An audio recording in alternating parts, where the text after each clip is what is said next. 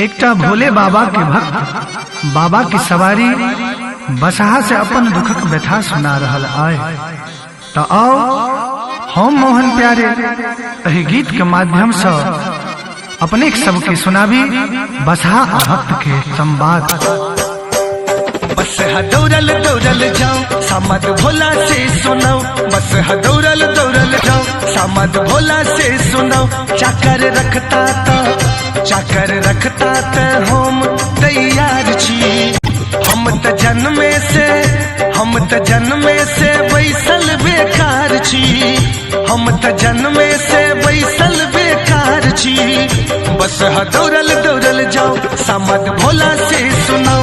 चाकर रखता त हम तैयार छी, हम त जन्मे से बैसल बेकार छी।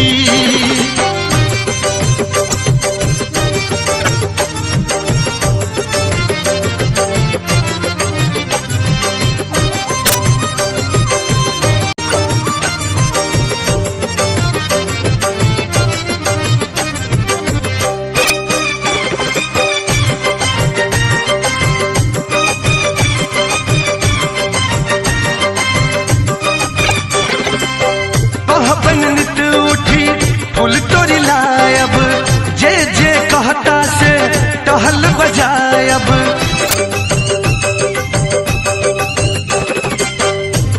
नित उठी फूल तोरी लायब, जे जे कहता से टहल बजायब।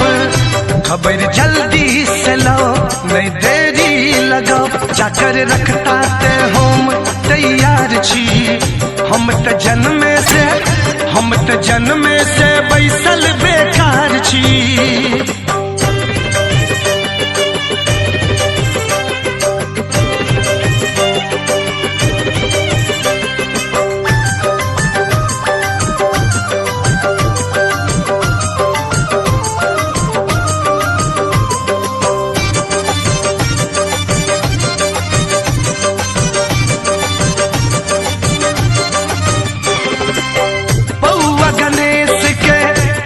खिलायब जखने कहता ओ भंग पिसलायब।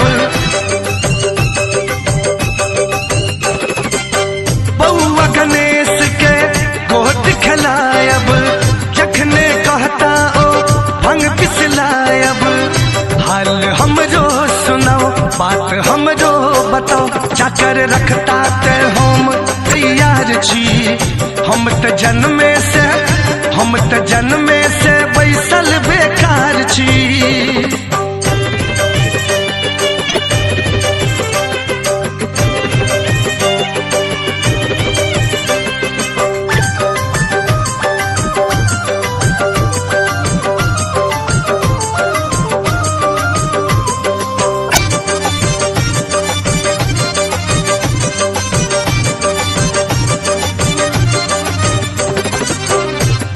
जगत के ओढ़र दानी कहबन सबटा हमर कहानी।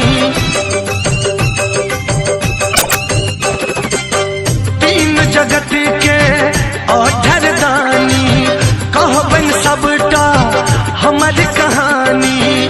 मोहन कल जोर ठार कने करता विचार, चाकर रखता ते हम तैयार छी, हम त जन्मे से बैसल बेकार छी। बसहा दौड़ल दौड़ल जाओ सामद भोला से सुनाओ, बसहा दौड़ल दौड़ल जाओ सामद भोला से सुनाओ। चाकर रखता त हम तैयार छी, हम त जन्मे से